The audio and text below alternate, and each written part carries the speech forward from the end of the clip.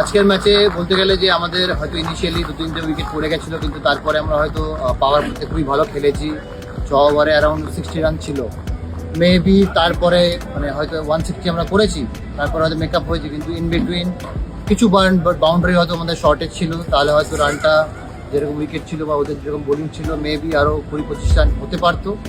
আর তারপরে যারা আমাদের বোলিংয়ের সময় যেরকম ওরা আমাদের ইনিশিয়ালি পাওয়ার প্লে আমরা ভালো বোলিং করেছি, লেস দ্যান 40 আমরা রেখেছিলাম, তা সেটা 160-র জন্য হয়তো ভালো, কিন্তু তারপরে সেই মোমেন্টামটা হয়তো ক্যারি করেনি।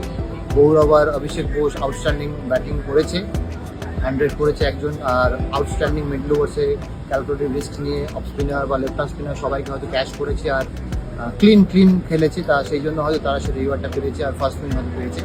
আমাদের হয়তো এখন যেটুকু বাকি আছে, 2টো ম্যাচ বাকি, 2টো ম্যাচের মধ্যে হয়তো দুটোই আউটরাইট বা নোট আউট জিততেই হবে, তাহলে হয়তো মেবি আমরা ফার্স্ট ফোরে থাকতে পারবো।